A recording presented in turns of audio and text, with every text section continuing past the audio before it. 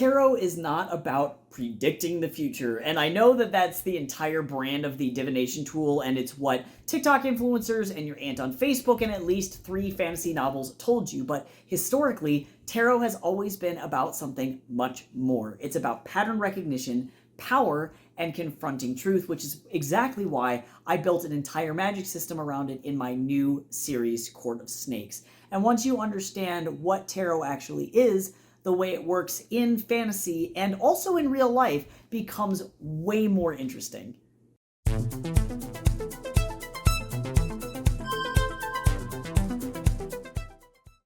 Hi, I'm Tycho, fantasy author, illustrator, and someone who made the questionable life choice of letting random tarot draws influence the plot decisions of my book. Today we are breaking down what tarot actually is, what it historically meant, and how I turned it into a system about rebellion, fate, and systemic collapse, which sounds super dramatic and really kind of random, but I promise it makes sense. If you like reading, folklore, and publishing tips, be sure to slam that subscribe button, and let's dive into it.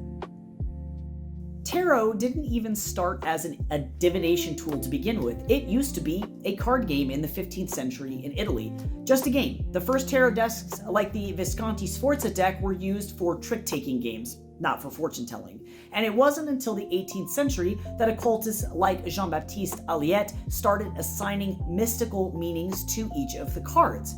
Later, the Rider-Waite-Smith deck introduced the symbolism most people recognize today in 1909, heavily influenced by Hermetic mysticism, Kabbalah, and Jungian archetypes. So, tarot isn't about exactly predicting your future. It is about archetypes, patterns, emotional truth, and interpretation, which is, to me, way more interesting.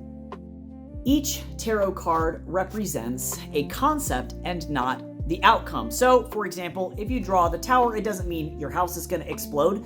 It means upheaval, destruction of false systems, and forced change. Strength doesn't mean you're going to gain a lot of muscle in the future. It means you need to have resistance, resilience, control, and really tap into that inner power. And this is where most fantasy systems get tarot wrong. They treat it like an inevitable outcome, like you are going to draw a card and the exact thing is going to happen. Fun flashback of when I went to a Harry Potter themed event as a child. I did not know any better, and there was a tarot card reader there who was able to predict that I was going to get married, have X number of kids, and then she drew the death card and was like, "You're gonna die." So plot twist, I am not real, I am indeed a ghost, and she was right. But in all seriousness, from someone who has been reading tarot for a long time, it's more about interpretation, which means that it's inherently tied to context. Jung described archetypes as these universal symbols that emerge from your collective unconsciousness, which basically means that we recognize the patterns because we've lived them before. Here's where things get fun. Tarot is not a passive system. It doesn't just observe the world or tell the future. It often reveals the instability in it. So cards like the Tower, Justice, Wheel of Fortune, those kinds of cards all imply that systems just simply won't last forever. They'll collapse or shift or reset. And historically, tarot has often been used in times of uncertainty, whether political, social, or in personal lives, because it does help people interpret and adapt to that change. What makes it the best is that it is the perfect system for a dystopian fantasy about systemic oppression, power imbalance, and rebellion, because tarot is not really about maintaining control or perfectly predicting the future. It's about exposing when that control is an illusion and what you as an individual can do to adapt. So in Court of Snakes, I took that idea and asked, what if tarot didn't just interpret fate? What if characters had to actively engage with it? So in the city of Sageno, there are fewer than 10 of these magical tarot decks. They're passed down through a ritual. A significator card, this one's Terrans, Knight of Wands, is placed on the back of someone's neck, branding them into a suit.